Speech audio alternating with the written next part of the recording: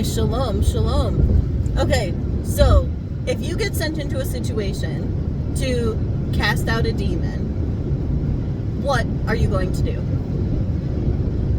Well, first you have to have a relationship. Second, you got to have commitment. And 3, you got to say the words. Command it out. All right.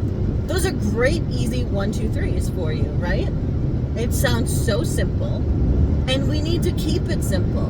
And that's the thing, is we need to keep it simple.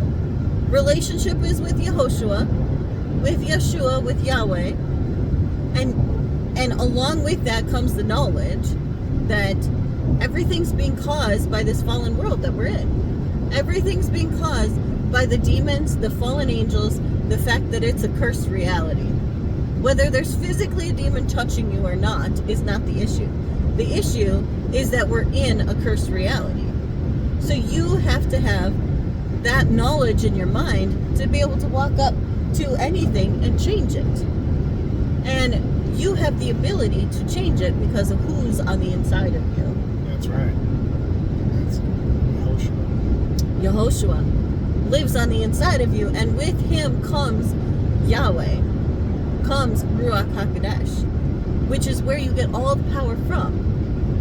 And so this is why we talk about killing your sacred cows and pulling down all those strongholds and getting rid of your traditions of men, because these are the things that will prevent you from seeing the truth of who you are. They prevent you from seeing your identity in Yeshua.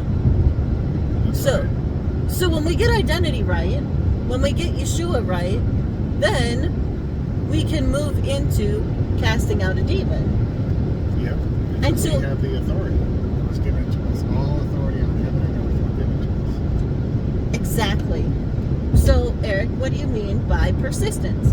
Persistence. Well, the first time I did deliverance, the demon mocked me. I got frustrated, and then I left. You know,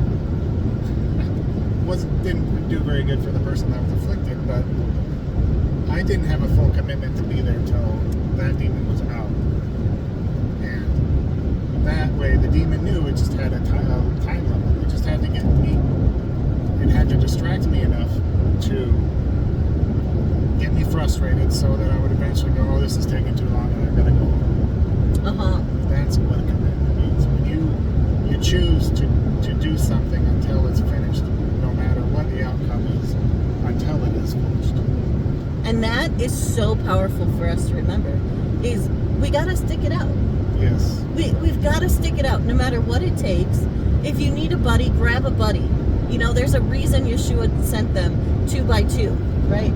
Because sometimes it is helpful to have someone else at your back to stop the distractions, or to give you the courage, or to scream with you if that's what it takes, right? Yeah. But someone else to be that backup buddy for you, so that you're not so easily distracted by the things that are happening around you. Yep, that's right. And then you can stick it out. And that's the other thing that we have to remember, is stick it out till it's done. The persistence, the consistency in sticking it out is about showing that demon that you will not quit, no matter what it takes. Because, you know, other things can change. You can move your schedules. You can change things around. Isn't that person's life more important to you than going to watch your football game? Or your favorite soap opera? Or sleeping? Yeah. You know? And that's a big deal for me. Like, I have to tell you, because sleeping is one of the things that I love to do. And I have a sister who, like, totally understands. Like, getting up early and foregoing sleep are, like, 2 of the things that I just never like to do. So when I say I'm going to stay up all night and do prayer and fasting and worship Yahweh, that's a big deal for me. Yeah. Because it's not something I enjoy doing. So I'm putting myself aside, my own desires aside, to go after the things of Yahweh. So That's right. we have to show the demons. It's not, and it's showing ourselves too. It's not showing Yahweh. We're showing them we are in it to make it. We are in it for the long haul, no matter what it takes, and we will not quit until they leave. And that's what we need to be able to do. Because if they know they can wear you down and make you quit, then they're just going to stick around longer. Yeah, that's right. They know that they've got an out sooner or later. It's just your time. You don't have a commitment, and they can see the commitment. Exactly. They'll look at you and go, oh, she'll give up. Every other time she's done this, she's only made it 3 hours. Yep. So we'll just watch our watch, and 3 hours from now, we'll be fine. She'll leave. Yep. Right? It's like dealing with little children. Yeah. Honestly, it's kind of like dealing with toddlers, or pets. If you consistently show them one particular thing, one way of how you deal with things or how you're going to do things, they will remember, and they will mock you, and they will tell you what you told them. You know, like especially toddlers. If you tell a toddler, when it's dark outside, that's when you have to go to bed. In the summertime, when it doesn't get dark until like 9, 10 o'clock at night, that toddler's going to remind you that I don't have to go to bed until it's dark outside. That is so true. Demons are the same way. Yeah, children are masters of manipulation, and so are demons. It's true. Because they're so focused on their flesh. Because they're so focused on the physical things for themselves, they haven't moved into a higher level of maturity yet. Yes. So they can't think that way yet. Where you are mature, and you're supposed to be mature in your faith, in your understanding and your relationship of Yahshua. So in that, you have to outsmart the demons. You have to be able to outsmart the demons so that you can show them that no, we are not playing this game. I am not going down that road with you. I said, and this is the way it is. And like I tell Eric, it's like the mom voice, you know, there's a certain tone every mother has that when she uses that tone and that look, her children know, even into their adulthood, they know that face, they know that sound, and they will not push that button. Yeah, that's true. And you have to have that same mom voice, that same dad voice when you're dealing with the demons. You have to have that persistence, that no-nonsense attitude where you are making a statement and you're like, look, this is the way it is, and I don't care what your opinion is. You got to do what I told you to do. That's right. And that's it. Finished. Done. Quit arguing with me. Get out. And that leads us into point 3, right? Is say the same thing.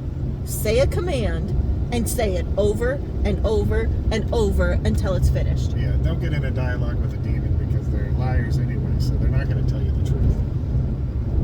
You know, people get too busy asking for their name and finding out what's going on in the spiritual realm. The demon's going to lie to you about everything. Right. Is he going to tell you the truth about everything you're asking? No, they don't. So just tell it to get out. Well, especially when their father is called the Great Deceiver. Yes, that's right. One of the titles for the devil, for Satan, is the Great Deceiver. So what makes you think anybody that follows him is going to tell you the truth? That's right. They're not. They're not going to tell you the truth. That's not their job. Yes. Their job is to lie because the lies hold them in. Yes. The lies are what they stand on to stay in people. And Yes. to afflict people. It's all about lies. And the lies are what keep us from being in the presence of Yahweh.